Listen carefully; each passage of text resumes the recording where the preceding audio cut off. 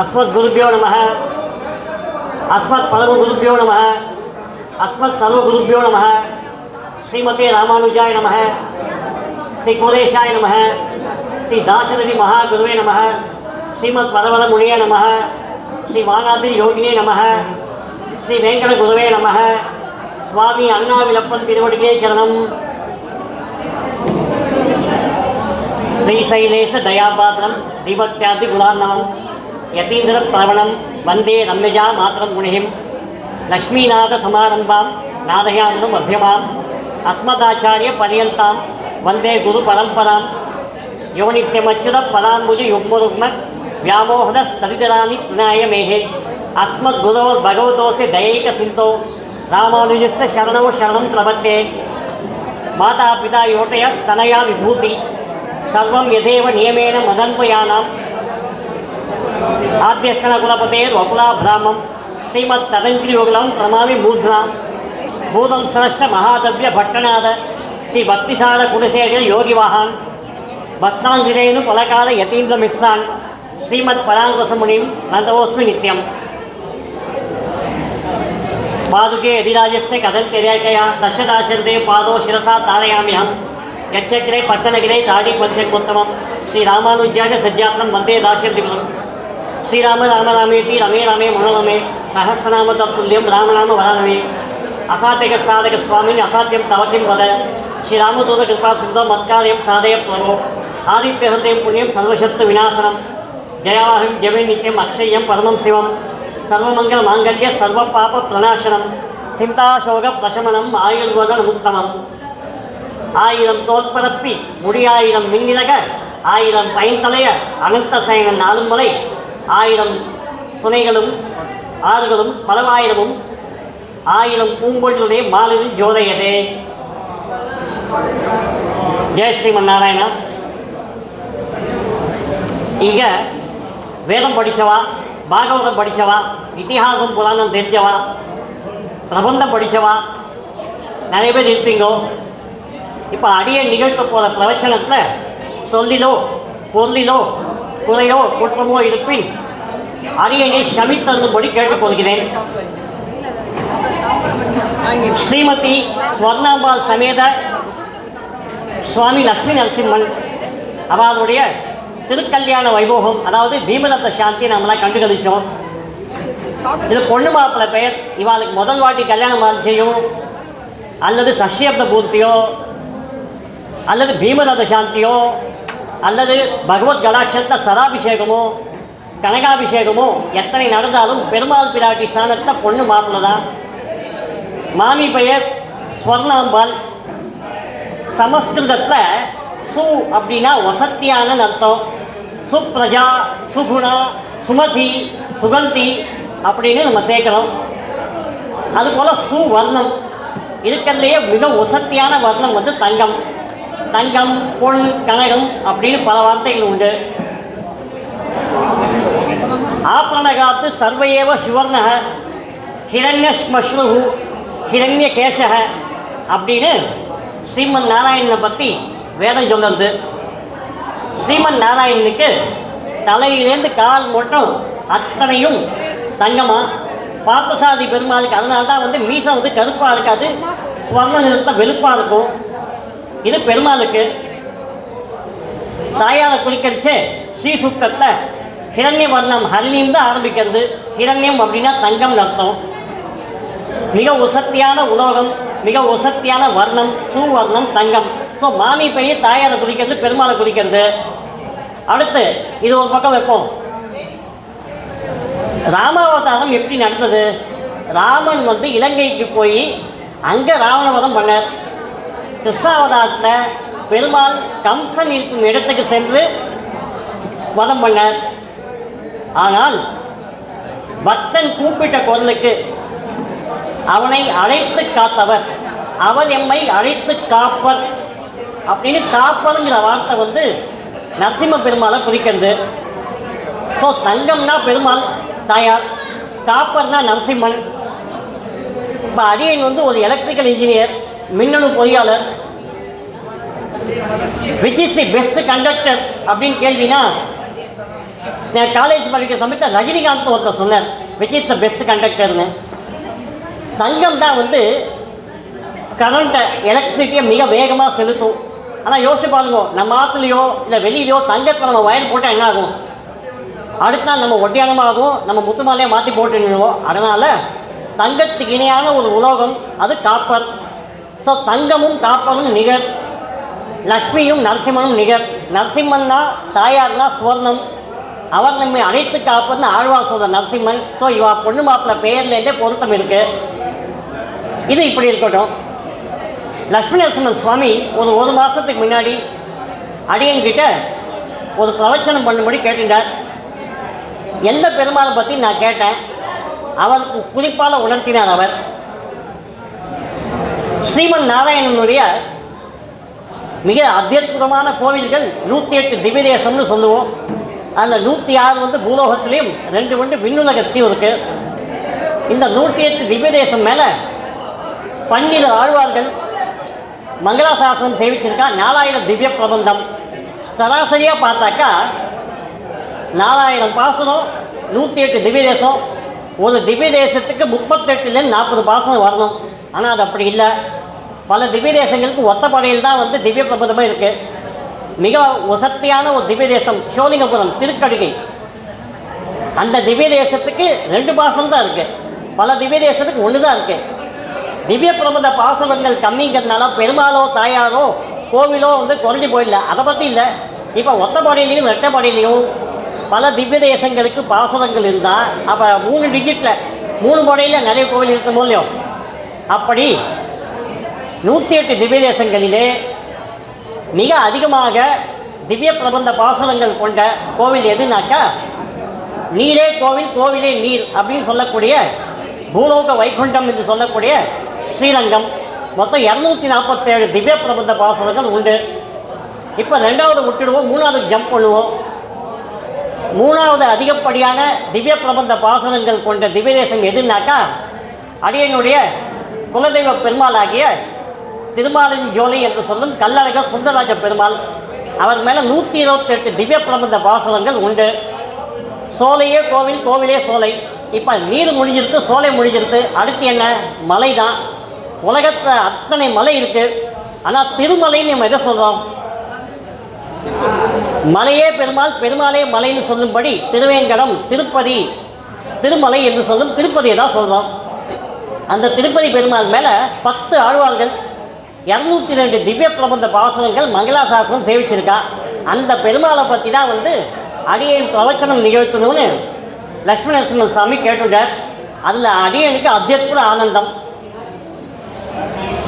இதில் திருப்பதி பெருமாள் இவர் யார் அப்படிங்கிறது பெரிய புராணம். அதை வந்து சொல்கிறதுக்கு இப்போ நேரம் இல்லை, ஷார்ட்டாக சொல்லிடலாம். அதை வெங்கடேச சுப்பிரபாதம் எப்படி ஆரம்பிக்கிறது? கௌசல்யா சுப்ரியா ராமபூர்வான்னு ஆரம்பிக்கிறது, ராமனை குறிக்கிறது. அடுத்து யார்? உத்திஷ்டோதிஷ்ட கோவிந்த உத்திஷ்ட கருடத்வஜன்னு கோவிந்தனை குறிக்கிறது. பெருமாளை குறிச்சுனே தாயாருக்கு வந்துடணும். அதனால் மாதசமசதாம் மது கேட்ட பாதைன்னு சொல்லி தாயாரை குறிக்கிறது. வக்ஷோ விஹார்னி மனோகர திவ்யமூர்த்தின்னு பெருமாளுடைய வக்ஷஸ்தலத்தில் திருமாலில் தாயார் இருக்கா. அதுக்கப்புறம் கலியுகத்தில் ஸ்ரீ வெங்கடேச தைத்தே தவ சுப்பிரபாதம்னு பெருமாள் வரார். அதனால் திரேதா யுகத்திலேயே ஸ்ரீராமனாக, துவாபர யுகத்திலே கண்ணனாக இருந்தவர் தான் கலியுகத்தில் வெங்கடேச பெருமாளாக வந்திருக்கார். அவருக்கு மட்டும் ஒரே ஒரு விசேஷம், அகிலகில்லேன் இறையும் என்று அலர்மேல் மங்கை உரை மார்பா நிகதில் புகழாய் உலகம் 3 உடையாய் என்னை ஆழ்வானே நிகழர் அமரர் முடிக்கனவுகள் விரும்பும் திருவேங்கடத்தானே புகழ் ஒன்று இல்லா அடியேன் உன் அடிக்கீழ் அமர்ந்து புகுந்தேனே அப்படின்னு திருவாய்மொழியில் நம்மாழ்வார் சேவிக்கிறார். உன் அடிக்கீழ் அமர்ந்து புகுந்தேனே, புகழ் இருந்து அது இல்லை, புகழ் இல்லை புகழ், வேற போக்கிடம் எனக்கு இல்லை, நீ தான் அப்படின்னு நம்மாழ்வார் சேவிக்கிறார். இது வேதம் எப்படி சொல்கிறது? ரிக்வேதம் அராய் காணே விக்கட்டே சதான்வே ஸ்ரீம் விட்ட கிரிம் தட்ச. ஸ்ரீபீட்டம் அதாவது தாயாரோடு சேர்ந்த பெருமாள், பத்மாவதி தாயாரோடு சேர்ந்த அந்த பெருமாள் இருக்கக்கூடிய கிரிம் கட்ச. அந்த கிரிம் கட்ச வந்து அராயிக்கானே விக்கட்டே, எனக்கு வேறு வழியே இல்லை, நாதி இல்லைனா ஒரே நாதி திருவேங்கடம் முடியாந்தான். சரி, உபநிஷத்து என்ன சொல்லுறது? வெங்கடாதி சமோதேவோ ந பூதோ ந பவிஷ்யதி. அவனுக்கு முன்னாடியும் வேலை இல்லை, அவனுக்கு பின்னாடியும் வேலை இல்லை. பவிஷ்யம்னா பின்னாடி, ஃப்யூச்சர்லேயும் இல்லை. அவன் தான் ஒருத்தர். வெங்கடேச சுப்பிரபாதத்தில் இன்னொன்று இருக்கு. வினா வெங்கடேச நனாதோ சதா வெங்கடேச ஸ்மராமி ஸ்மராமி ஹரே வெங்கடேச பிரசீத பிரசீத பிரியம் வெங்கடேச பிரயச்ச பிரயச்ச. இதில் வந்து நனாதோ, எனக்கு வேறு நாதன் இல்லை, எனக்கு வேறு நாதியும் இல்லை. ஸோ அத்தனைக்கும் அவனே. லோகத்தில் யார் கைவிட்டாலும் நமக்கு 2 பேர் வந்து நிச்சயம். நம்மளுடைய தாய் தந்தை, அடுத்து திருவேங்கடமுடியான். இப்போது நம்ம 3 திவ்ய தேசங்களை பார்த்தோம். இந்த 3 திவ்ய தேசங்கள் அடியனா சொல்கிறது இல்லை. இருப்பிடம் வைகுண்டம் வேங்கடம் மாலிஞ்சோலை என்னும் பொதுப்பிடம் அப்படின்னு வர்றது ராமானுஜ நூற்றாண்டாதியில். வைகுண்டம்னா இங்கே பூலோக வைகுண்டமாகவும் எடுத்துக்கலாம். வைகுண்டம் வேங்கடம் மாலிஞ்சோலை, அதாவது திருவேங்கடமுடியான் திருப்பதி, அது ஸ்ரீரங்கம், அடுத்து வேங்கடம் திருவேங்கடம், அடுத்து திருமாலிஞ்சோலை. இந்த 3 பெருமாளும் சேர்த்தே சொல்கிறான். இத்தனை ஆழ்வார்கள் ஸ்ரீரங்கத்து மேலே பாடினான்னு சொன்னாலும் இல்லையோ, 247 பாசனம் இருந்தாலும் அதில் வந்து தொண்டகடி பொடியாழ்வாருடைய திருப்பள்ளி எழுச்சி ரொம்ப விசேஷம். அரங்கத்தம்மா பள்ளி எழுந்தல்லையன்னு சொல்லுவாள். அதுபோல் அழகர் கோவில் திருமாலிஞ்சோலை மேலே அவ்வளோ பிரபந்த பாசனங்கள் இருந்தாலும் நம்மாழ்வார் சேவித்த கிளறொலி இளமை கெடுவதன் முன்னம் அப்படிங்கிற பாசனம் வந்து கோவில் திருவாய்மொழி, அதுவும் விசேஷம்.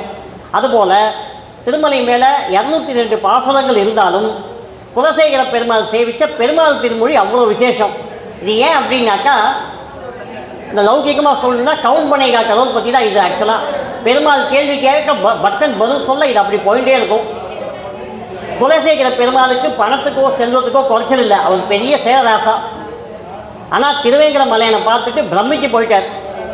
நான் இங்கே இருந்துடுவேன், இங்கே இருந்து எனக்கு மோட்சம் கொடு அப்படிங்கிறார். பெருமாள் கேட்குறார், நீ இருக்கிறத பற்றி இல்லை, உனக்கு என்னவா இருக்கணும்னு கேட்குறார். அப்போ தான் அந்த 10 பாசனம் ஆரம்பிக்கிறது. ஊனேறு செல்வத்து உடன்பிறவி யான் வேண்டேன், எனக்கு வேறு செல்வம் உடன்பிறவி வேறு எதுவும் வேண்டாம். ஆனேறு 7 வென்றால் அடிமை திரள் அல்லால். 7 காலை மாலைகளை அடக்கித்தான் கிருஷ்ணன் வந்து நப்பினையை கல்யாணம் பண்ணிட்டான் மாமா பொண்ணை. கோனேறு சங்கமிடத்தான் தன் திருவேங்கடத்து கோனேரி வாழும் புதுகாய் பிறப்பேனே. கோனேரினா வந்து பெருமாள் கோவில் இருக்கக்கூடிய புஷ்கரணி, கோன் ஏரி, சுவாமி புஷ்கரணியில் ஒரு புதுகாய் பிறப்பேனே, கொக்காவோ நாரையாவோ பிறக்கிறேன் அப்படிங்கிறான். இந்த கொக்குக்கு என்ன விசேஷம் அப்படின்னாக்கா, தலையை சாய்ச்சுட்டு பார்க்கும். நாமெல்லாம் வந்து திருப்பதி பெருமாளை போய் சேவிக்கிறது வந்து 1 செகண்ட் அமைஞ்சாலே luck. 10 microsecond 100 microsecond தான். ஸோ பெருமாள் அவ்வளோதான் சேவிக்க முடியும். அதையும் தாண்டி நமக்கு லக்குன்னு தான் ஏதோ ஒரு ஜென்மத்தை நாம் புண்ணியம் பண்ணியிருந்தால் பெருமாளுக்கு பின்னாப்பில் ஸ்ரீராமர், சீதை, லக்ஷ்மணன், ஆஞ்சநேயர் இவெல்லாம் வந்து சேவை சாதிச்சிருக்கா. தலையை சாட்சி விபீஷண சரணாகதி கோலத்தை நமக்கு சேவை சாதிக்கிறான். அதுபோல பெருமாள் வந்து தலையை சாட்சிருக்காப்புல, கொக்கு வந்து தலையை சாட்சிண்டு பெருமாளை சேவிக்கிறது. நான் அந்த கொக்கா இருந்துட்டு போயிடலாங்கிறார். ஏன் அப்படின்னாக்கா, நாமெல்லாம் வந்து வருஷத்துக்கு 1 வாட்டி திருப்பதிக்கு போனாலே பெரிய விஷயம் நினச்சிட்டு இருக்கோம். ஆனால் பறவைக்கு அந்த பிரச்சனை இல்லை. டக்கு டக்கு டக்குன்னு மேலே ஏறி போயிட்டு வந்துட்டு இருக்கோம். அதுக்கு எந்த பாஸும் இல்லை. 300 ரூபா பாஸ் 200 ரூபா பாஸ்லாம் இல்லை, ஆல் பாஸ், கோவிட் பேட்ச் மாதிரி நினச்சா போயிட்டே இருக்கும் அது பாட்டுக்கு. ஸோ பறவையாக இருந்துட்டால் பெரிய அட்வான்டேஜ். ஸோ பெருமாள் பார்க்குறார், இது என்ன இவ்வளோ புத்திசாலித்தனமான பதில் அப்படிங்கிறார். ஆனால் பெருமாள் ஒரு கொஞ்சம் கேள்வி வைக்கிறார். நீ பறவையாக இருக்கிறத பற்றி எனக்கு ஒன்றும் இல்லை, நான் அந்த பறவைக்கே ஒரு கெட்ட பழக்கம் உண்டு. ஆஸ்திரேலியாவோ இல்லை அமேசானோ வேறு நாட்டிலேயும் வந்துவிட்டாக்கா இதுக்கெல்லாம் பந்துக்களையும் ஸ்நேகிதர்களையும் கூட்டிகிட்டு வேடந்தாங்கல் ஓடிடும். உனக்கு அது பரவாயில்லையா, நீ உங்கள் ஃப்ரெண்ட்ஸ் எல்லாம் பார்த்துட்டா ஓடிடுவே, பரவாயில்லையா அப்படின்னு கேட்குறாரு பெருமாள்.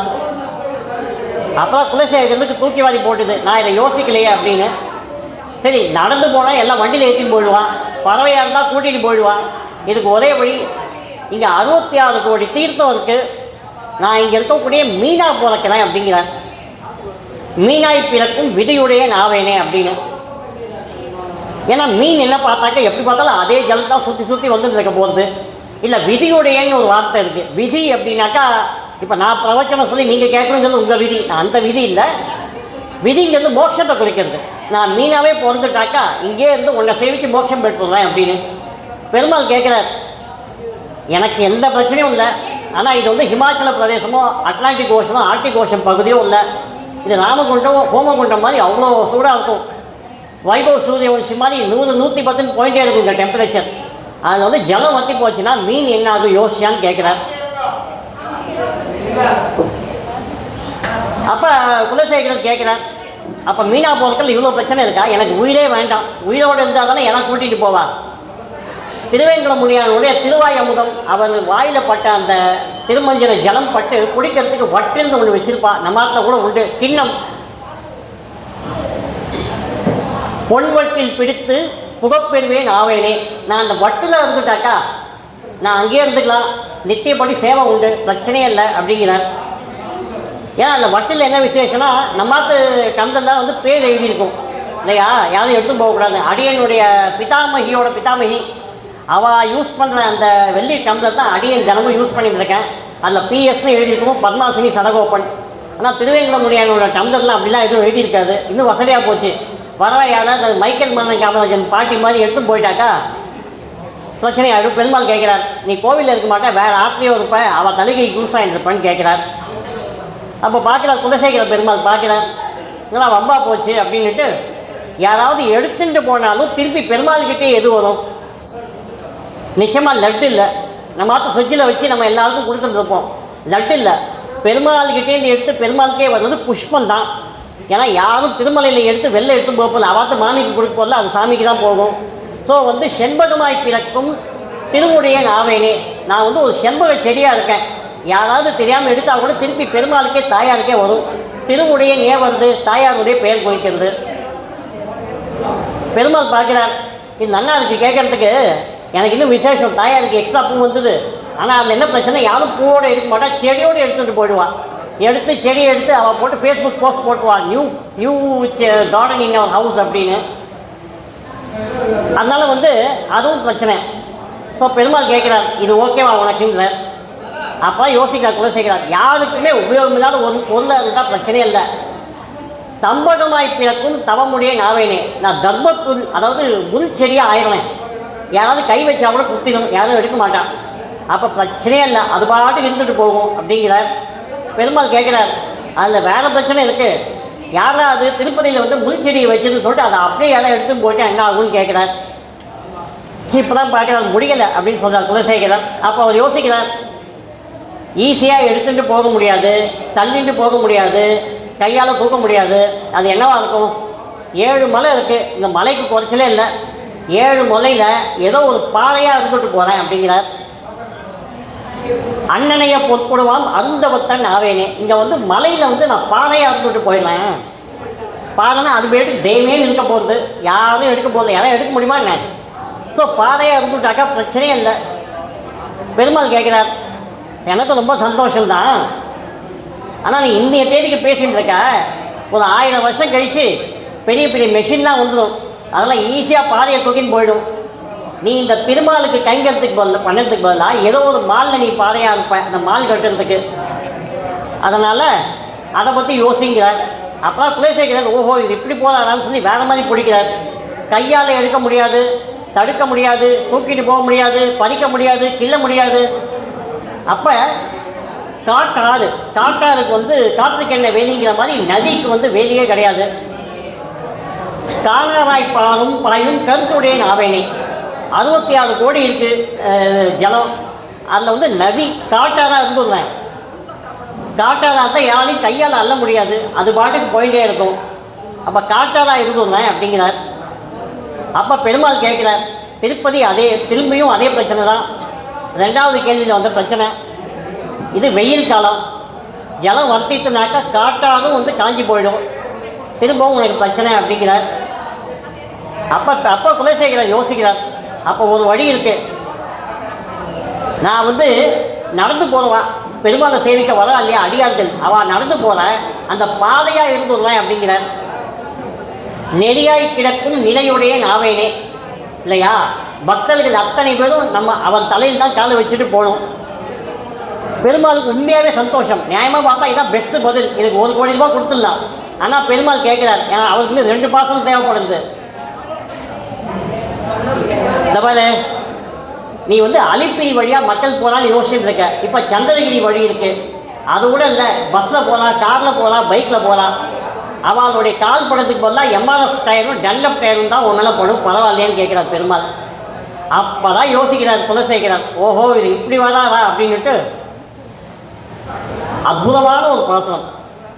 செடியாய வல்வினைகள் தீர்க்கும் திருமாலே நெடியானே வேங்கடவா, நீ கோவில் வாசலில் அடியாரும் வானவரும் அறம்பெயரும் கிடந்து இயங்கும் படியாய் கிடக்கும் பவளவாய் காண்பேனே, படியாய் கிடந்து பவளவாய் காண்பேனே. செடியாய வல்வினைகள் தீர்க்கும் நெடுமாலே திருமாலே. வல்வினைனா அது வந்து உடம்புல இருக்க வினையாக இருக்கலாம், இல்லை வந்து ஊழ்வினையாக இருக்கலாம். எப்பேற்பட்ட வினையாக இருந்தாலும் அலோபதி ஹோமியோபதி எல்லா பற்றிக்கும் ஒரே மருந்து வெங்கடாச்சலபதி. ஸோ அந்த திருமாலை வந்து அவர் கோவில் வாசலில் அடியாரும் நம்ம மாதிரி பக்தர்கள் வானவரும் தேவர்கள் தேவருக்கு கைங்கரியம் பண்ணக்கூடிய அறம்பெயரும் இவெல்லாம் கிடந்து இயங்கும். ஏன் இந்த இயங்கும் அப்படின்னாக்கா, இப்போ சமீபத்தில் ஒரு சாஃப்ட்வேர் கம்பெனி மேனேஜர் யாரும் சொன்னார் இல்லையா, வாரத்துக்கு 60 மணி நேரம் வேலை செய்யணும் அது இதுன்னு. ஆனால் நமக்காக 24 மணி நேரத்தில் 23 மணி நேரம் வேலை செய்கிற பெருமாள் திருப்பதி பெருமாள். ஏன்னா அவருக்கு அவ்வளோ கடன் இருக்குது குபேரன் கிட்ட கொடுக்க. ஸோ கிடந்து இயங்கும். ஏன்னா இன்றைக்கும் பல சிவன் கோவில்கள், பல அம்மன் கோவில்கள், பெருமாள் கோவில் கிராமத்தில் வந்து யாருமே போகாமல் இருக்கா. அதை இயங்கக்கூடிய கோவில் திருவேங்கடமுடையான் கோவில். படியாய் கிடந்து உன் பவளவாய் காண்பேனே அப்படிங்கிறார். அதாவது பெருமாளுடைய கோவில் வாசல், கோவில் சந்நிதியில் அவருக்கு முன்னாடி அந்த படி இருக்கு இல்லையா, அந்த படியாகவே இருந்துவிட்டேன், என்னை மெதிக்கிறேனோ இல்லையோ நான் அங்கே இருந்துள்ளேன், இருந்து பெருமாளுடைய பவளவாயை நான் காண்கிறேன் அப்படிங்கிறார். இதுக்கு ஆக்சுவலாக நோ அப்பீல். இந்த படியைத்தான் நாமெல்லாம் குலசேகர படி அப்படிங்கிறோம். ஆனால் இதில் என்ன விசேஷம்னா, திருப்பதி கோவிலில் மட்டும் இல்லை, அத்தனை திவ்யதேச கோவில்லையும் பெருமாளுக்கு முன் சந்நிதிக்கு முன்னாடி இருக்கக்கூடிய அந்த படியை வந்து குலசேகர படின்னு தான் சொல்கிறோம்.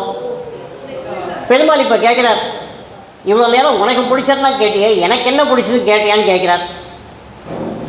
அப்போ தான் யோசிக்கிறார் குலசேகரர், நாம் வந்து நமக்கு என்ன வேணும்னு கேட்கலாம், ஆனால் அவருக்கு என்ன வேணும். அப்போ அவர் யோசிக்கிறார், நான் இது வேணும் அது வேணும்னு கேட்கறதுக்கு பதிலாக எம்பெருமான் பொன்மலை மேல் ஏதேனும் ஆவேனே அப்படிங்கிறார். நான் என்னவோ ஆகிட்டு போகிறேன், அது எதுக்கு நான் உனக்கு சாய்ஸ் தரணும் அப்படின்னு இல்லையா. இன்னும் ஒரு பகவத்கீதை போல், ஆதித்ய ஹிருதயம் போல் ஒரு பக்தனுக்கும் பெருமாளுக்கும் நடக்கக்கூடிய அற்புதமான சம்பாஷணை. அதனால தான் இந்த பெருமாள் திருமொழி அவ்வளோ விசேஷம். இதில் லட்சுமணேஸ்வர சுவாமிக்கு வந்து இது வந்து 70வது பிறந்த நாள். இப்போ 10 பாசனம் பார்த்துட்டோம். 10ஓட எதை வந்து இது பண்ணால் பெருக்கினா வந்து 70 வரும், 7. இந்த 7ங்கிறது அவ்வளோ விசேஷமான வந்து எண். ஸ்ரீராமன் 7வது அவதாரம். அவனுடைய நட்சத்திரம் திருநட்சத்திரம் புனர்வசு என்னும் புனர்பூசன் 7வது திருநட்சத்திரம். கூட பிறந்த 3 தம்பிகளை சேர்த்து அவன் ஏற்கின்ற தம்பிகள் எல்லாரும் சேர்த்து 7. அவன் 7 ரிஷிகள் அக்னி வசிஷ குத்த வசிஷ கௌதம காஷ்யப அங்கிர ரிஷன்னு சொல்லி 7 ரிஷி கிட்ட அவன் வந்து கற்றுருக்கான். அவன் பிறக்க வச்சு 7 சக்கரம் பிறந்தது. 7 சால மரங்களை உடைச்சி தான் அவன் சுக்ரீவன் கிட்ட தான் யாரும் காமிக்கிறான். ஒரு 7 சால மரம் தேவைப்பட்டிருக்கு ராமன் யாரும் காமிக்க. அதுபோல் 7 பேர் பிறந்தது தான் கிருஷ்ணன் பிறக்கிறான். 7 காளியை அடக்கித்தான் அவன் நப்பினியே கல்யாணம் பண்ணிக்கிறான். ஸோ 7 அவ்வளோ விசேஷமான ஒரு எண். அதனால 7 மலை. இப்போது அடுத்த விஷயம், 7னா 7 முடிஞ்சு போயிடல, 7 மலையான்னு சொல்கிறோம். சப்தகிரி, ஆதிரி, அச்சலம், பல வார்த்தைகள் உண்டு. இது என்னென்னு பார்க்கலாம் நம்ம. இப்போது கிருத்தாயுகத்தில் ரிஷபாதிரி, ரிஷபன் ஒரு அரக்கன் இருந்தான். பல கோடி வருஷம் பெருமாளை நினச்சி சேவிச்சிருந்தான் அவன். பெருமாள் ஒரு வழியாக வந்தால் நான் என்னடாண்டா வேணும்னு கேட்குறான். நான் உங்கள சண்டை போடணும் அப்படிங்கிறான். நாமெல்லாம் வந்து ஆஃபீஸில் மேனேஜருக்கு பார்த்தா மாதிரி ரொம்ப சூப்பராக வேலை செய்வோம். என்ன வேணும்னு கேட்டால் ப்ரமோஷன் கேட்குற உங்களை கொஞ்சம் சண்டை போடணும்னு சொன்னால் எப்படி இருக்கும். அந்த மாதிரி பெருமாள் சிரிவா சண்டை போடலாம் அப்படிங்கிறார். சண்டை போட்டு வழக்கமாக பெருமாள் ஜெயிச்சுட்டார். அப்போ அவன் வந்து அடிக்க கொல்ல வரார். எனக்கு இதெல்லாம் வேண்டாம், நான் எப்பயோ இதுவாக இருப்பேன், இவ்வளோ அழகாக இருக்குது இந்த திருமலை, எனக்கு இங்கே ஒரு இடம் கொடு அப்படிங்கிறார். பெருமாள் கேட்காது, இடத்துக்கு குறைச்சலே இல்லை திருமலையில். அந்த முதல் மலையில் போய் உன் பேரை வச்சிடறேன் அப்படிங்கிறார். அதான் ரிஷபாத்ரி. அடுத்து ராமாவதாரம், முதல் பேன் இண்டியா ஸ்டார் அது வந்து ஹனுமான் தான். ஹிமாச்சலத்திலேருந்து இலங்கை வரைக்குமே ஹனுமான் எல்லாருக்கும் பிடிக்கும். ஸோ அவர் அஞ்சனை மைந்தன், ஆஞ்சநேயன், அவர் பேரில் அஞ்சனாத்ரி வந்தாச்சு. அடுத்து ராமனுடைய தம்பி லக்ஷ்மணன், அவனே ஆதிசேஷன், அவனே லக்ஷ்மணன், அவனே பலராமன், அவனே அனந்தன், அவனே வந்து எம்பெருமான் எதிராஜர், பாஷ்யக்காரர் ராமானுஜர், அவரே சுவாமி மணவாள மாமுனிகள். சென்றால் குழையாம், இருந்தால் சிங்காசனமாம், நின்றால் மரவடியாம் நீர்க்கடலுள் என்றும், புனையாம் மணிவிளக்காம் பூம்பட்டாம் என்றும், அணையாம் திருமாலுக்கு அளவு. பெருமாள் எந்த கோலத்தை தந்தாலும் நித்திய சூரியா இருக்கிறது ஆதிசேஷன். அதனால் சேஷாத்ரின்னு வச்சாச்சு. அந்த சேஷாத்ரி தான் இருக்கிறதே வந்து விசேஷமான ஆத்ரி. ஏன்னா சேஷாத்ரி சேகர விபோ தவ சுப்ரபாதம். சேஷாத்ரி சேகரம் தான் உச்சம். அந்த சேஷாத்ரி ஆதிசேஷன் மலையோட உச்சத்தில் இருந்து விபோ அங்கே வசிக்கிறதுனால அந்த திருவேங்கட முனியானுக்கு சுப்ரபாதம்னு அன்னகராச்சாரியார் சேவிச்சிருக்கார். அடுத்து நாலாவது அண்ணாவை சொல்லியாச்சு, சின்ன திருவதியை சொல்லியாச்சு. அடுத்து யார்? கருட பகவான் தான். கருடனுடைய அண்ணா தான் வந்து ஆதிசேஷன். ஸோ கருடனுக்கு அலாட் பண்ணியாச்சு. நாலாவது மலை கருடாதிரி. அஞ்சாவது மலை என்ன? ராமாயணத்தில் நிறைய பேருக்கு தெரியாத ஒரு பாத்திரம், நலன் நீலன். இவன் வந்து சுக்ரீவன் கூடவே இருந்தான். அந்த நீலனுக்கு வந்து நீலாதிரின்னு பேர் வச்சுட்டான். அடுத்து எங்கேயும் பெருமாள் இருக்கார், அவர் இல்லாத இடமே இல்லை, உலகம் உண்ட பெருமாயன் அவர். ஸோ ஆறாவது மலை வந்து நாராயணாதின்னு வச்சுட்டார். இதெல்லாம் போன யுகத்தில். இந்த யுகத்தில் யார் அவர்? அவர் தான் வெங்கடாத்ரி. வெங்கடாத்ரி சமோதேவோ ந பூத்தோ ந பவிஷ்யதி. இது வந்து வெவ்வேறு கிரந்தங்கள் இருந்தாலும் உபனிஷத்து என்ன சொல்றதுன்னு பார்க்கணுன்னாக்கா,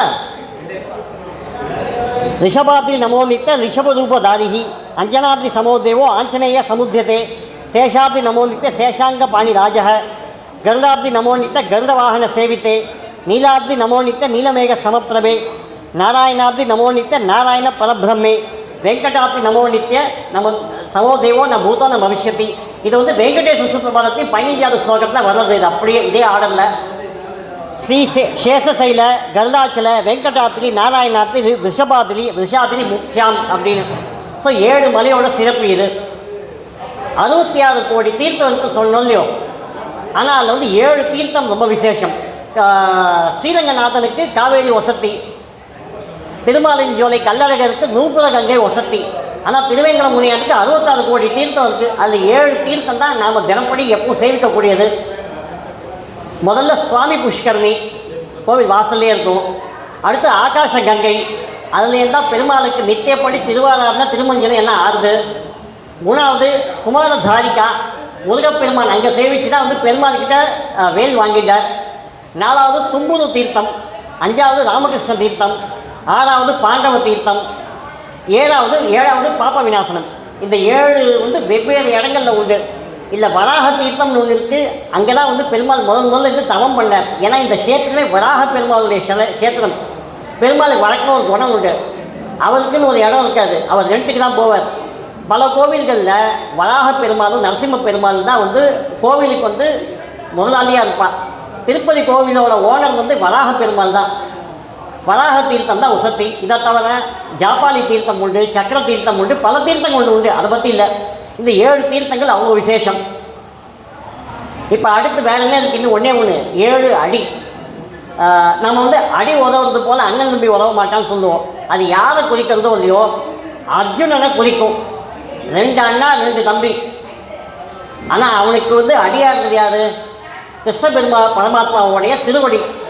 ஆனால் அடி உதவுற மாதிரி அண்ணன் தம்பி உதவ மாட்டான்னு சொல்லி அவள் உதவுறாலோ இல்லையோ கிருஷ்ணனுடைய திருவடி என்றைக்கும் வந்து உதவும். அடியார் அடியார் அடியார்த்தம் அடியார் தமக்கு, அடியார் அடியார்த்தம் அடியார் அடியோங்களே அப்படின்னு அன்பன் தன்னை அடைந்தவர்க்கெல்லாம் அன்பன். பெருமாளுக்கு தாசனாக இருக்கிறதோட, அவனுக்கு தாசனாக இருக்கிறதோட, அவனுக்கு தாசனாக இருக்கிறதோட, அவனுக்கு தாசனாக இருக்கிறதோட, கடைக்கோடி தாசனுக்கு பெருமாள் தாசன். ராமனுக்கு கைங்கரியம் பண்ணவன் லக்ஷ்மணன். ராமனுக்காக தியாகம் பண்ணி நாட்டாளாமல் வெளியில் இருந்தவன் பரதன். இவன் 2 பேர் கைங்கரியத்தை விட பரதனுக்கு கைங்கரியம் பண்ண சத்ருக்ன பக்தி அவ்வளோ விசேஷமாக. அதனால் அந்த அடிங்கிற வார்த்தைக்கு அவ்வளோ விசேஷம் இருக்குது. நாமெல்லாம் ஒரு முக்கியமான விஷயம் இங்கே வந்து அடியில் வந்து விண்ணப்பிச்சுக்கிறேன். நாமெல்லாம் கோவிலுக்கு போயிட்டால் முதல்ல பெருமாள் கோவிலுக்கு போனால் முதல்ல பெருமாளுடைய திருமண் பார்க்கணும், அதாவது நாமத்தை பார்க்கணும். அப்படி பார்க்கப்படாது, பெருமாளுடைய திருவடியை தான் சேவிக்கணும். நாம் வந்து அவ்வளோ வசந்து போயிடல. கிருஷ்ண பரமாத்மாவோட தலைப்பக்கம் உட்காந்த துரியோதனுக்கு வெற்றி கிடைக்கல, கால் பக்கத்தில் உட்காந்த அர்ஜுனனுக்கு தான் வெற்றி கிடைச்சிது. அதுதான் இந்த அடியோட விசேஷம். முதல்ல பொன்னடி, 7 அடி சொல்லிடலாம் டக்கு டக்கு டக்குன்னு. பொன்னடி, பெருமாளுடைய காலோட மேல் பகுதி பொன் நிறமாக இருக்கும், கீழ்ப்பகுதி கருப்பு நிறமாக இருக்கும். ஏன்னா மேல் பகுதி தாயாரை பார்க்கறது தான், கீழ்ப்பகுதி பூலோ பாத்தலத்தை பார்க்கறது தான் ஆதிசேஷனை. உலகம் வளர்ந்த பொன்னடியே அடர்ந்து வீழ்ந்தேன் திருமங்கை ஆழ்வார் சேவிக்கிறார். 2வது மெல்லடி. இந்த குலசேகர ஆழ்வார் எப்படின்னா வந்து ஒரு ஹாலுசினேஷன்லேயே வாழ்வார். அவர் ராஜா, அவர் ராமாயணத்தை கேட்டுகிட்டே இருக்கார். ராமராவண யுத்தம் செம்ம டைட்டாக போயிட்டு இருக்கு, டக்குன்னு சேனையை அனுப்பி போய் சண்டை போடு அப்படின்னு விட்டாராம். அது நடந்தது ஏதோ ஒரு யுகம். இவர் அப்படியே வந்து வாழ்வார். அந்த மாதிரி ராமன் வந்து தண்டகாரன் நடக்கிறச்ச கல் உல்லாம் பட்டோடனே காலில் ரத்தம் வந்தோடனே பந்தை எடுத்து ஓடினாராம். அதுதான் மெல்லடிக்கன் குருந்தி சோழ ராமன் அப்படிங்கிறார் குலசேகர ஆழ்வார். 3வது சேவடி. சேவடிக்கு நான் சொல்லி தெரிய வேண்டும் இல்லை, பல்லாண்டு பல்லாயிரத்தாண்டு பல கோடி 100,000 மண்ணாடு தின்கோள் மணி ஒன்றா உன் சேவடி செவி திருக்காப்பு. சேவடி பெரும் பக்தர்களுக்கு சேவை கொடுக்கக்கூடிய அடி. 4வது இணையடி. இணையடினா என்ன? ராமனுடைய வலது காலுக்கு இடது கால் இணை, கிருஷ்ணனுடைய வலது அடிக்கு இடது இணை அடி, தாயாருடைய அடிக்கு பெருமாளுடைய அடி இணை. இதுக்கு இணை அதான். வால்மீகி வந்து ராமராவண யுத்தம் எவ்வளோ அட்டகாசமாக நடந்து சொல்கிற போது ராமராவண யுத்தத்துக்கு இணை ராமராவண யுத்தமா. அதுபோல் இதுக்கு இணை அதுக்கு இணை இது. ராகவோன்ஹதி வைதேகிம் தம்சேயம் அசிபேக்ஷனா அப்படிங்கிறார். ராகவனுக்கு வைதேகிக்கு ராமன், இவா 2 பேரும் தான் இணை, அதான் இணையடி. ராமன் தன்னை ஏற்றுவார் இணையடியே அப்படின்னு தொண்டரடி பொடியாக சேவிக்கிறார். அடுத்து திருவடி பற்றி எதுவுமே சொல்ல வேண்டாம். மாதவர் வானவர் சாரணர் இயக்கும் சித்தரும் மயங்கினர் திருவடி தொழுவான் அப்படின்னு தொண்டரடி பொடியாக சேவிக்கிறார். அடுத்து தாமரையடி. தாமரையடி எல்லாருக்கும் தெரியும். சித்தன் சிறுகாலை வந்துமை சேவித்து உங்கள் பொற்றாமடியை அடியே போட்டும் பொதுக்கெல்லாம் சொல்லி தாமரை அடின்னு சொல்லுறது. கடைசியாக சுடரடி. ஏன் சுடரடி? கால் தகன்னு மின்னுறது, சுடர் மாதிரி ஒடிக்கிறது. அவன் துயரது சுடரடி தொழுது எழு என் மனனே அப்படின்னு பாடுறார் ஆழ்வார். ஸோ இதெல்லாம் 7 அடி. இதை தவிர கடல் அடின்னு ஒன்று இருக்குது. செம்பூர் காயலடி செல்வா பலதேவான ஆண்டாள் பாடலாம். சரணடின்னு ஒன்று இருக்குது, மலர் அடின்னு ஒன்று இருக்குது. இதெல்லாம் வெவ்வேறு அடிகள். இப்போ அடியை பற்றி பார்த்தாச்சு. அடுத்து என்ன பார்க்கணும்? இந்த பெருமாள் இங்கே எப்படி வந்தால் முதல்ல அப்படின்னு பார்க்கணும். இந்த ராவணன் இருக்கான் இல்லையா, அவன் ஹேபிச்சுவல் அஃபண்டர். பார்க்குற பொண்ணெல்லாம் கிட்னாப் பண்ணி போயிடுவான். அவன் வந்து கிட்னாப் பண்ண முதல் பொண்ணு சீத்தை இல்லை. அந்த மாதிரி வேதவத்தின்னு ஒருத்தையை வந்து கிட்னாப் பண்ணிட்டு போனான். அவன் சபிச்சுட்டான். இந்த மாதிரி கைப்பட்டுன்னா அவ்வளோதான் அப்படின்னு சொல்லி அக்னியில் குதிச்சுட்டான். நானே திரும்பவும் பூலோகத்தில் பிறந்து திரும்ப இப்போ ஸ்ரீமன் நாராயணனை கல்யாணம் பண்ணிப்பேன் சொல்லிட்டு போகிறாவோ, அது ஒரு பகுதி. அடுத்து கிருஷ்ணாவதாரம்.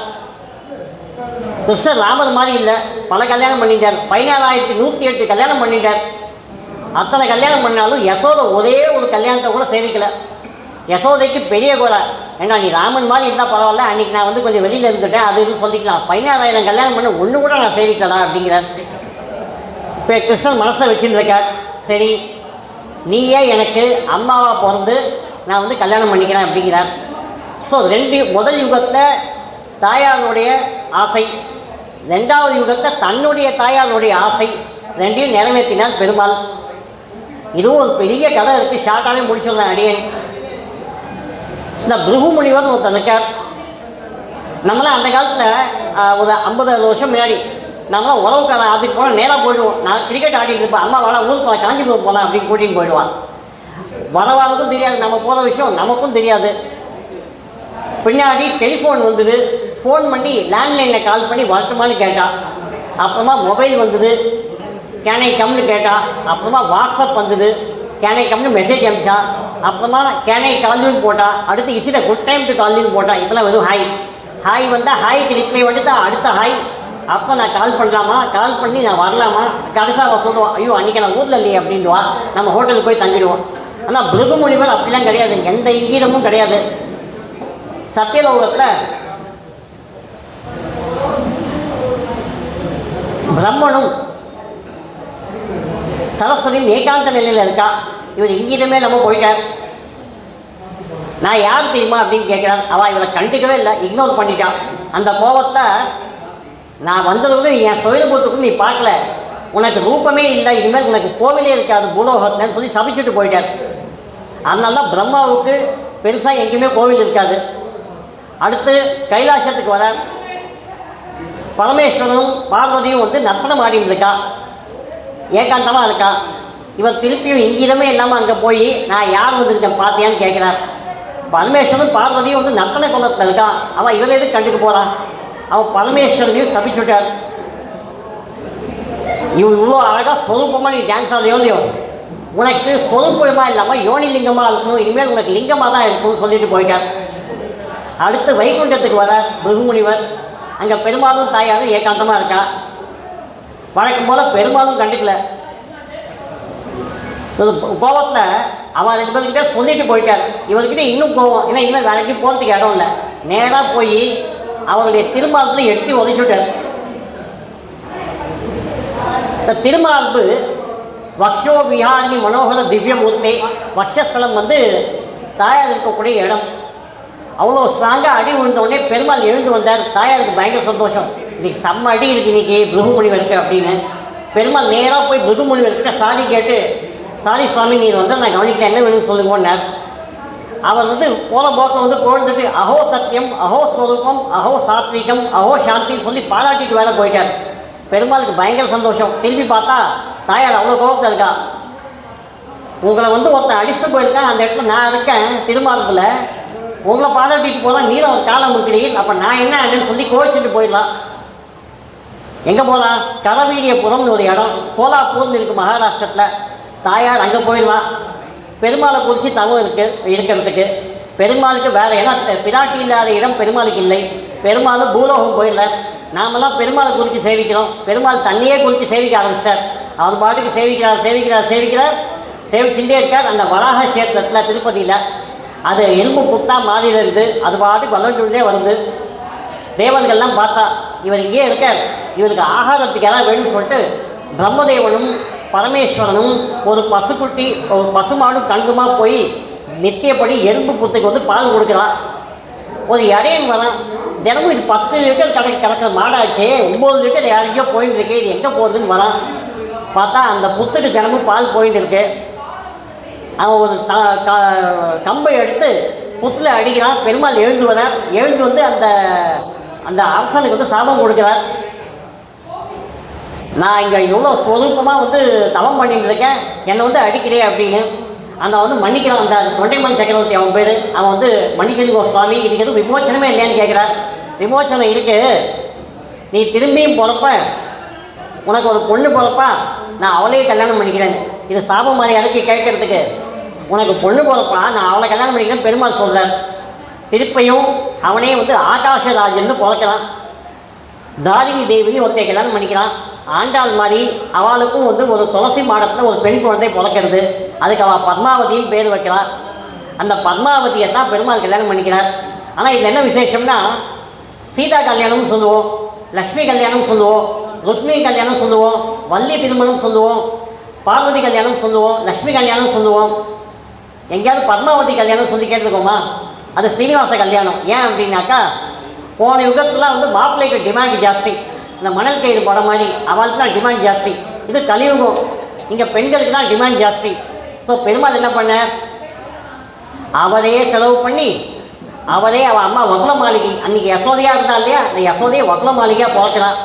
வகுல மாளிகையாக வந்து பெருமாளுக்கு கல்யாணம் நீ போய் வந்து பொண்ணாத்த போய் பேசிட்டு வா அப்படிங்கிறான். அவள் கேட்க, ஏன்னா நம்மக்கிட்ட பணம் காசு ஒன்றும் இல்லை, நீ போய் அவர் போய் கல்யாணம் பண்ணிக்கிறேன்னு சொல்கிறான். ஒன்றும் பிரச்சனை இல்லை, நான் போய் பேசிட்டு வரேன்னு சொல்லிட்டு பெருமாள் போயிட்டு இந்த ஸ்டாக்கிங் பண்ணார். இந்த பெண்கள்லாம் விளையாடிட்டு இருக்கா. பெருமாள் அவகிட்ட போய் வம்பு பண்ணிட்டு வர, எல்லாம் போய் ஊரில் கம்ப்ளைண்ட் பண்ணுறான். ஆனால் போக போக பத்மாவதிக்கு பெருமாள் மேலே அவ்வளோ ஆசை வந்துடுறது. பெருமாளே பொறுத்து வேஷம் போட்டு பொண்ணுக்கு ஸ்ரீமன் நாராயணன் மேலே ஆசை வந்துடுது, நீ அவங்களே கல்யாணம் பண்ணி வச்சுது அப்படிங்கிறான். இந்த திருக்கல்யாண வைபோகம் நடந்து எடுத்து அதுக்கு அவ்வளோ செலவாச்சு. அக்னி தேவன் தலுகிய சமைக்கிற வேலையை பார்த்துட்டான். வாயு தேவன் எல்லாருக்கும் சாமரம் வீசலாம். தேவர்கள்லாம் பாத்திரம் ரெடி பண்ணுறான். வருண தேவன் ஜலம் கொடுக்கலாம். வரவாலாம் வா வா வான்னு முருகப்பெருமான் கூப்பிட்றார். ஆனால் அவ்வளோ கூட்டம் வருது. ஜெருகண்டின்னு இருக்கு இல்லையா, அதான் யாராவது தடுக்கணும் இல்லையா, அதுக்கு யமதர்மன் வந்துட்டான். யமதர்மன் சொன்னால் நம்ம கேட்காம இருப்போமா? யமதர்மன் வந்துட்டான். இவ்வளோ அட்டகாசமாக அந்த திருக்கல்யாண வைபோகம் நல்லபடியாக நடந்து இருக்கு. அந்த கல்யாணத்தை அத்தனை பேரும் சேவிச்சான். தேவர்கள், அடியார்கள், அரம்பையர்கள், வானவர்கள் எல்லாமே சேவிச்சா. நல்லபடியாக அந்த கல்யாணம் நடந்து இருக்கு. இப்போ பெருமாள் அங்கேயே இருக்கார், நித்தியவாசமாக இருக்கார், எந்த பிரச்சனையும் இல்லை. ஆனால் இந்த பெருமாளுக்கு ஒரு காலத்தில் இன்றைக்கி மாதிரி கிடையாது. இன்றைக்கி அவ்வளோ பேர் போகலாம். காஸ்ட்லியஸ்ட் கோவில் அதுதான். ஆனால் ஒரு காலத்தில் யாருமே போகாமல் இருந்தான் அந்த கோவிலுக்கு.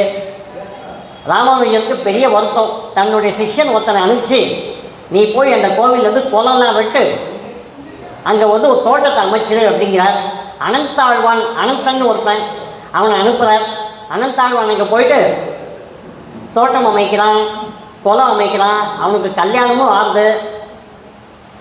அவன் அவன் ஒய்ஃப் கருவுறுத்த இருக்கிறாள். அவள் ப்ரெக்னெண்ட்டாக இருக்கா. இவன் 2 பேரும் சேர்த்து புஷ்கரணி குளத்தை தோண்டின்னு இருக்கான். பெருமாளுக்கு நித்தியப்படி கைங்கரியம் ஆனோன்னு இந்த மாதிரி பார்த்துட்டு இருக்கிறச்சே அவளே கர்ப்பவதி. இவர் வெட்ட தோண்ட அவன் மண் எடுத்து போட்டுட்டு இருக்கா. ஒரு சின்ன பையன் வரான். நீ ரொம்ப கஷ்டப்படுறீ, நான் வேணா கொஞ்சம் ஹெல்ப் பண்ணட்டுமான்னு கேட்குறான். அனந்தாழ்வனுக்கு எப்படின்னா தான் மட்டுமே செய்யணும்னு ஆசை.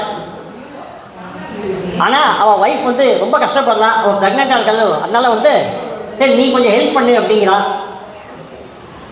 ஆத்துக்காரனுக்கு தெரியாமே அந்த சின்ன பையனோட ஹெல்ப் அவள் வாங்கிக்கிறான்.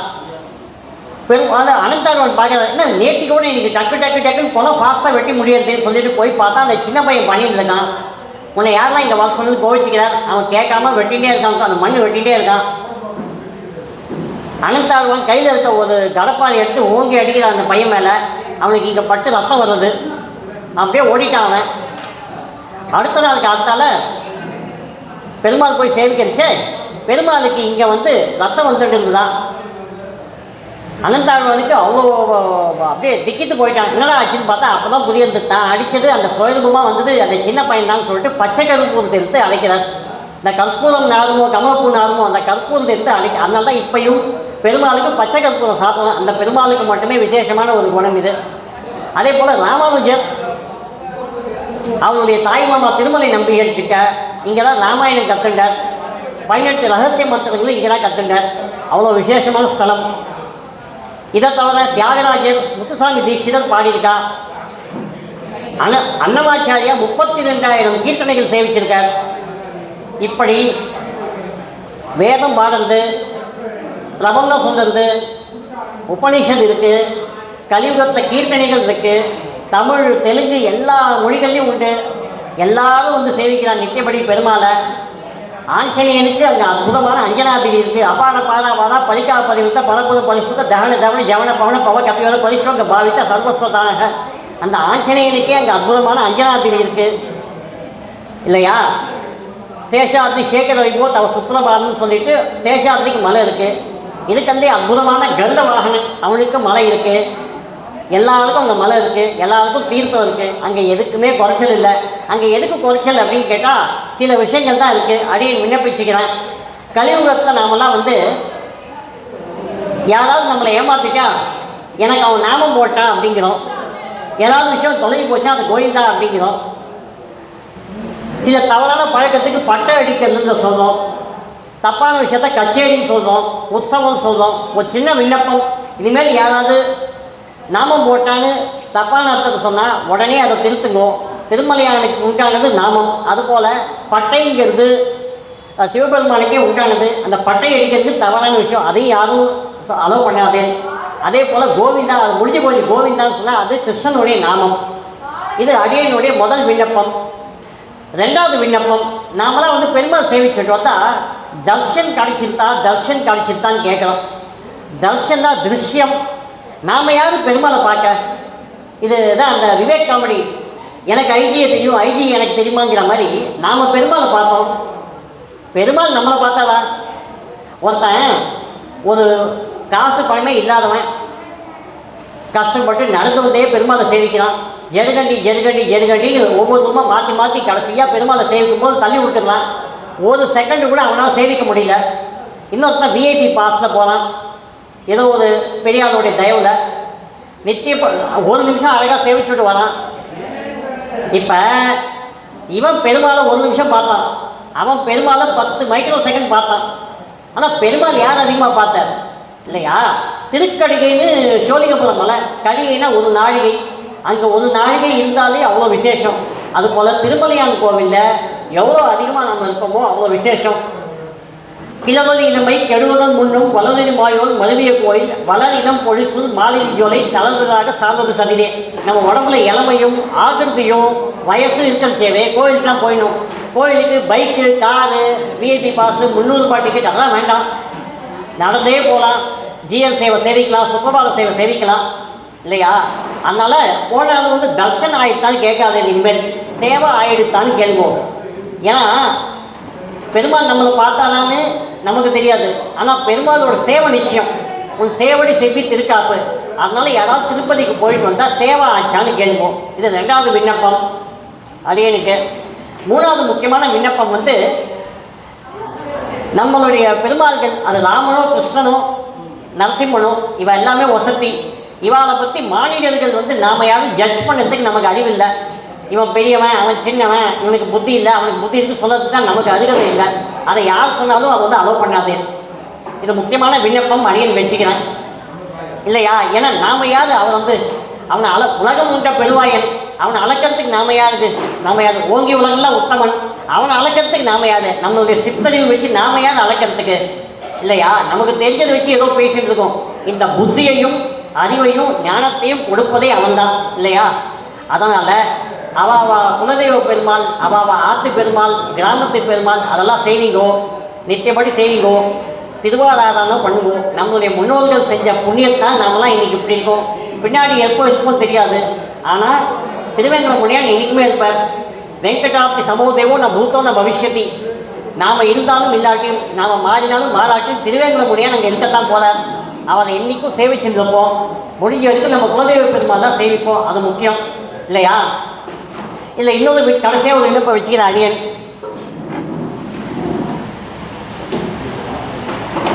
பெருமாள் கோவில்களில் நாம் வந்து அங்கேயே வந்து பெருமாள் சேவிச்சுட்டு அங்கேயே சாப்பிட்டு இதெல்லாம் போட்டுருக்கணும். ஆக்சுவலாக திருமலை உட்பட எந்த கோவில்லையும் வந்து நம்ம எச்சையும் பண்ணக்கூடாது. அதே மாதிரி அங்கே இடத்த அசுத்தமும் பண்ணக்கூடாது. நம்ம வந்து சிறந்த எக்ஸாம்பிளை வந்து உருவாக்கணும். திருப்பெருங்குடின்னு ஒரு கோவில் இருக்குது, பாண்டியநாத் திவ்யதேசம் திருநெல்வேலி கிட்ட. அந்த கோவில் அவ்வளோ அற்புதமாக மெயின்டைன் பண்ணுறான். கேரளாவில் இருக்கக்கூடிய திவ்யதேசங்கள்லாம் அவ்வளோ அழகாக மெயின்டைன் பண்ணுறான். நாமளும் நம்ம கோவில்களை சுத்தமாக வச்சுக்கணும். இதெல்லாம் நம்மளால் முடிஞ்சது. நாம் வந்து ஆழ்வார் மாதிரி ராமானுஜர் பார்த்தா மலையே பெருமாள், பெருமாளே மலை.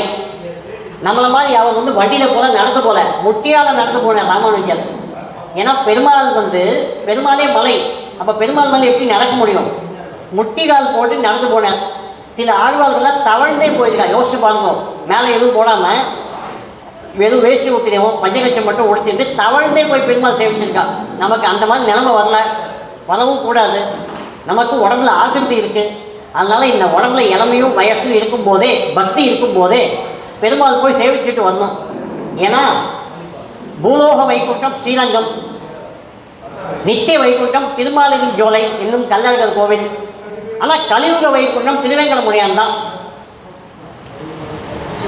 தாயார் பற்றி ஒரு வார்த்தை சொல்லி ஆகணும். ஏன்னா மாமி பற்றி சொல்லிடணும்.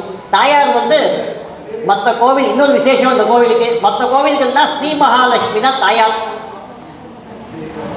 ஸ்ரீரங்கநாதருக்கு ரங்கநாயகி தாயார், கல்லழகர் பெருமாளுக்கு சுந்தரவல்லி தாயார். ஒவ்வொரு கோவிலுக்கும் அந்தந்த வள்ளி தாயார் இருக்கா. தேவராஜ பெருமாளுக்கு பெருந்தேவி தாயார், சோழிங்கர் திருக்கடிய பெருமாளுக்கு அமிர்தபலவல்லி தாயார். ஆனால் பெருமாளுக்கு மட்டும் இந்த தாயார் அந்த தாயார் இல்லை. ஏற்கனவே சொன்ன மாதிரி பத்மாவதி தாயார், வேதவதி தான் பத்மாவதியாக இருந்தா, அவளே ஸ்ரீ மகாலட்சுமியாக இருந்து பூதேவி ஸ்ரீதேவியாக இருந்து நமக்கு வந்து நித்தியமாக கைங்கரியம் பண்ணியிருந்திருக்கா. இப்படி அற்புதமான ஒரு திவ்ய தேசத்தை பற்றி இன்றைக்கி அடியன் கொஞ்ச நேரம் பிரவச்சனம் நிகழ்த்தும்படி சுவாமி லட்சுமி நரசிம்மன் கேட்டுட்டார். அந்த அடியனுக்கு அத்தியுத ஆனந்தம். அடியனுக்கு தெரிஞ்ச விஷயத்த சொன்னேன். இன்னும் தெரியாதது எவ்வளோ இருக்க விஷயம் நாமெல்லாம் கற்றுப்போம், பரஸ்பரம் ஒருத்தருக்கு ஷேர் பண்ணிப்போம் இல்லையா? ராமாய ராமபத்ராய ராமச்சந்திராய வேதசே ரகுநாதாய நாதாய சீதையாம் பத்தையே நமக அப்படின்னு சொல்லி ராமநாம ஸ்வரூபத்தையே சொல்லிக்கலாம். அகிலகில்லேன் இணையும் என்று அலர்மேல் மங்கை உரைமார்பா நிகழில் புகழாய் மூன்று உடையாய் என்னை ஆழ்வானே நிகழர் அமுதர் முனிக்கணங்கள் விரும்பும் திருவைக்கணத்தானே புகழ் ஒன்று இல்லா அடியே உன் அடிக்கீழ் அமர்ந்து புகுந்தேன்னு அவனுடைய திருவடி சேவை என்னைக்கும் பார்த்துட்டு அப்படியே இருப்போம். உஜ்ஜீவனம் கிடைக்கும். ஜெய ஸ்ரீமன் நாராயணா.